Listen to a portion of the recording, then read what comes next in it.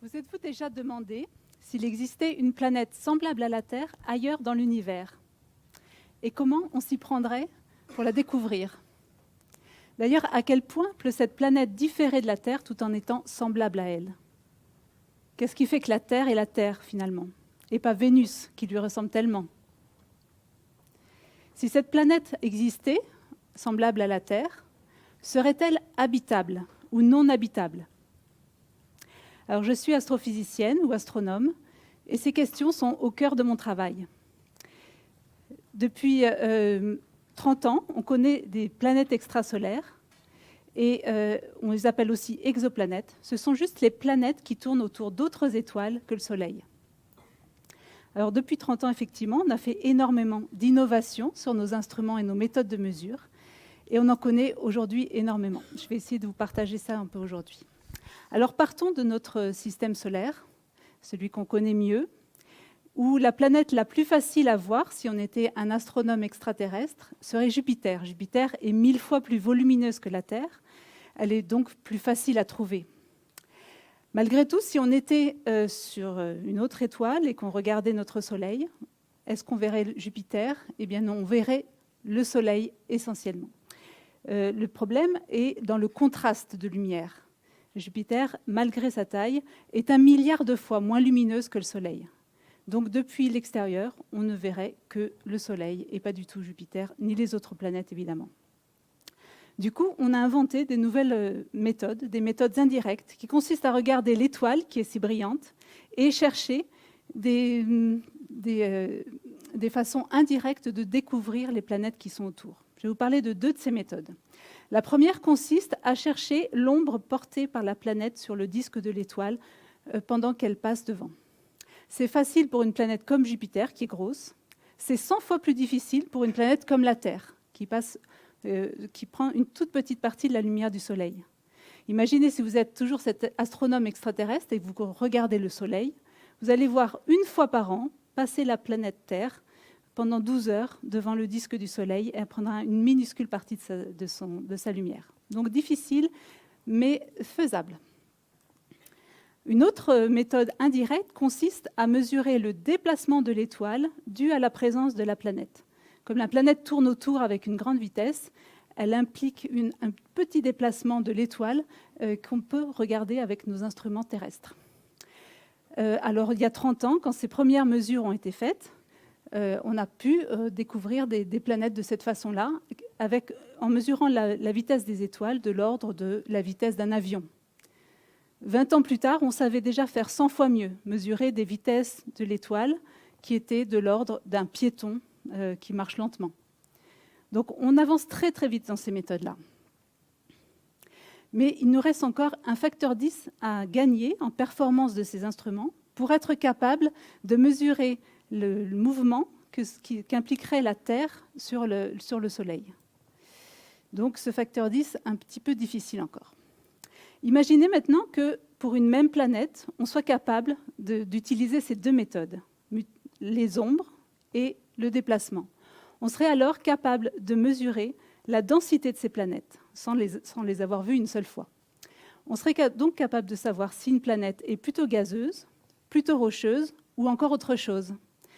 Alors, je vais tout de suite vous enlever le suspense. On a découvert des milliers d'exoplanètes. On est capable pour des milliers d'exoplanètes de savoir quelle est leur densité et de savoir si elles sont gazeuses ou rocheuses. Et on a découvert une diversité énorme. On a découvert des planètes géantes comme celles du système solaire, à peu près, comme Jupiter, Saturne ou Uranus. Et puis on a découvert d'autres planètes géantes qui n'ont rien à voir avec celles du système solaire, qui sont soit beaucoup plus vaporeuses, soit beaucoup plus denses. Et on a découvert dans le plus petit gabarit de planètes, on a découvert des super-terres, donc des planètes plus grosses que la Terre et qui sont quand même rocheuses, et puis des planètes intermédiaires qui ne sont ni rocheuses ni gazeuses et qui donc ont la potentialité d'être liquides ou d'être recouvertes d'un énorme océan d'eau. Alors d'où vient cette diversité? En fait, la diversité des planètes vient de la diversité des étoiles. Les étoiles sont toutes différentes. Il y en a des grosses, des petites, des chaudes et des froides. Il y en a qui ont un champ magnétique énorme, et il y en a qui sont riches en éléments lourds et d'autres moins. Et donc toute cette diversité des étoiles va faire que le disque de poussière dans lequel se forment ces planètes va être très différent d'une étoile à l'autre. Et c'est ça qui va arriver à faire des planètes ou des cortèges de planètes très différents les uns des autres. C'est en regardant la diversité des étoiles qui nous environnent dans la galaxie, 100 milliards d'étoiles dans la galaxie, qu'on est capable de remonter aux étapes de formation qui ont été celles du système solaire et à donc comprendre notre environnement terrestre. Alors, où en sommes-nous de cette connaissance ? On sait qu'il y a donc plus de 100 milliards d'étoiles dans notre galaxie. Si on regarde juste notre petite banlieue, les quelques 400 étoiles qui sont à moins de 30 années-lumière, par exemple, on connaît déjà plusieurs planètes, plusieurs dizaines de planètes dans cette petite bulle. Et je vais m'arrêter sur l'une d'entre elles, qui est Proxima. Proxima, c'est l'étoile la plus proche du Soleil, Proxima du Centaure. Elle est une toute petite étoile au centre de ce carré ici. Et cette petite étoile, on a découvert en 2016 sa première planète. On sait maintenant qu'il y en a sans doute 2, peut-être plus encore. Alors je reviendrai plus tard sur cette planète de Proxima. Je voudrais juste dire que Proxima est une étoile un peu particulière. Elle n'a pas grand-chose à voir avec le Soleil. Elle est beaucoup plus petite. Elle est 10 fois plus petite que le Soleil. C'est pour ça qu'elle est si faible. Et ça va avoir un impact sur sa planète, comme vous le verrez plus tard. Alors je voudrais maintenant venir à une notion importante pour nous, à la fois pour la recherche des exoplanètes et l'étude de ces mondes différents, et puis qui a en même temps un écho pour notre vie sur Terre, l'habitabilité. Qu'est-ce qui fait qu'une planète est habitable ou ne l'est pas ? Qu'est-ce qui fait que la Terre est habitable et jusqu'à quel point est-elle habitable ? Qu'est-ce qui va faire à distance qu'on sera capable de découvrir l'habitabilité de ces planètes ? Alors on a commencé par des premiers critères. D'abord, on pense qu'il faut une surface rocheuse pour une planète habitable. Ensuite, il y a une certaine zone autour de chaque étoile qui va permettre une température à la surface de cette planète qui permettra l'existence d'eau liquide. On appelle ça la zone habitable. Si la planète était plus proche de l'étoile, l'océan, l'eau liquide à la surface s'évaporerait. Si la planète, à l'inverse, était plus loin de l'étoile, l'eau liquide se gèlerait dans le sol. Donc il y a vraiment une distance parfaite. Et je vous rassure tout de suite, la Terre est dans la zone habitable du Soleil. Il y a donc cette distance parfaite à chaque étoile, propre à chaque étoile, où la surface de la planète peut être couverte d'eau. On appelle ça la zone habitable. Est-ce que c'est si simple que ça, malgré tout ? On a un petit peu des idées avec les problèmes climatiques sur Terre que l'importance de l'atmosphère, par exemple, est assez importante, est assez grande. Donc, est-ce que ces planètes aussi auraient une atmosphère ? On sait sur Terre l'importance qu'a eu la Lune dans l'histoire dynamique de la Terre. Est-ce que ces planètes ont des lunes ? On sait aussi l'importance qu'a eu Jupiter dans le système solaire en déviant les astéroïdes qui pourraient s'écraser sur la Terre. Donc tout ça, tout cet environnement beaucoup plus complexe des planètes, tout ça, on ne le connaît pas pour les exoplanètes. Donc c'est un premier pas, cette zone habitable et la présence de planètes rocheuses. Mais on sent bien que c'est beaucoup plus compliqué que ça. Pour donner un exemple, sur une des planètes exotiques sur lesquelles on a été capable de chercher la composition de l'atmosphère, on a découvert qu'il y avait probablement des orages de fer sur cette planète. Donc des grandes pluies, la condensation du fer qui se passe dans l'atmosphère et qui tombe sur la surface. Il y a malgré tout 60 planètes dans la zone habitable de leur étoile et qui sont rocheuses. Donc on a quand même un premier catalogue de planètes intéressantes à regarder. Alors je reviens sur Proxima. Donc Proxima, je vous ai dit, est une toute petite étoile et sa planète a 11 jours de période orbitale. La durée de son année est de 11 jours. Ça veut dire que sa distance à l'étoile est toute petite, seulement 5% de la distance entre la Terre et le Soleil. À cette distance-là, on sait que la planète subit beaucoup de choses de l'étoile.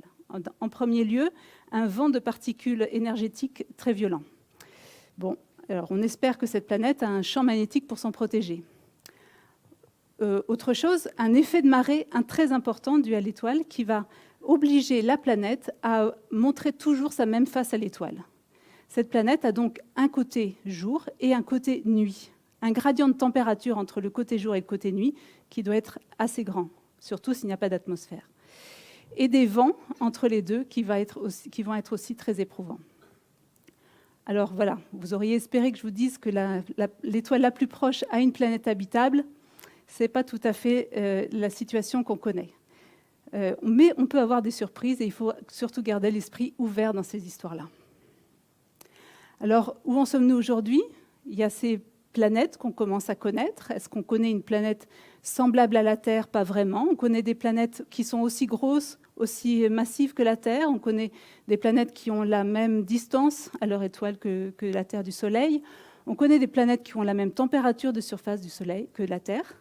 Mais on ne connaît pas une planète qui ait toutes ses propriétés à la fois et qui soit donc semblable à la Terre.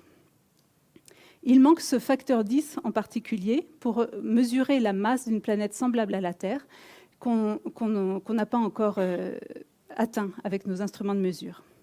Quand on aura fait ce pas supplémentaire dans la technologie qu'on utilise pour mesurer la masse des planètes, on sera alors gêné par la surface de ces étoiles.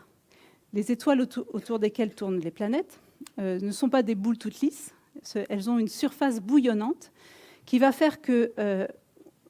gêner en fait notre mesure du déplacement de l'étoile. Et du coup, il est vraiment important, en même temps qu'on développe les instruments, les méthodes de mesure, etc., qu'on développe aussi notre connaissance, la recherche fondamentale sur les processus physiques et la nature de ces objets que sont les planètes et les étoiles. C'est des objets plutôt complexes. Alors, il faut rester créatif dans ce domaine de recherche pour aller de l'avant et continuer à faire à la fois innover nos instruments de mesure et grandir la connaissance sur nos modèles théoriques des planètes et des étoiles.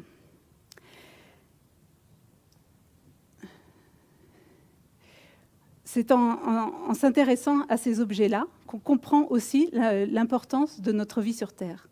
Est-ce que la Terre est finalement une planète spéciale ou une planète banale? Est-ce qu'on va trouver une diversité aussi importante des planètes quand on en sera à découvrir les catalogues, enfin les planètes semblables à la Terre? Parce que dans quelques années, on ne peut pas douter qu'on aura un catalogue de planètes semblables à la Terre, qui seront des planètes rocheuses, tempérées et tout à fait agréables à vivre. Maintenant, il ne restera plus qu'une chose à faire, c'est d'aller chercher des traces du vivant sur ces planètes. J'aimerais ajouter que, comme un reflet de la diversité des planètes qu'on a découvertes dans ces mondes extraterrestres, il faudrait que ces recherches soient basées sur la diversité des humains et que tout le monde participe à ces recherches-là. Donc, vous l'aurez compris, l'innovation, pour moi, a ses racines dans la recherche fondamentale et dans la société et sa diversité. Et donc, il faut juste garder l'esprit ouvert et continuer à se poser des questions. Je vous remercie.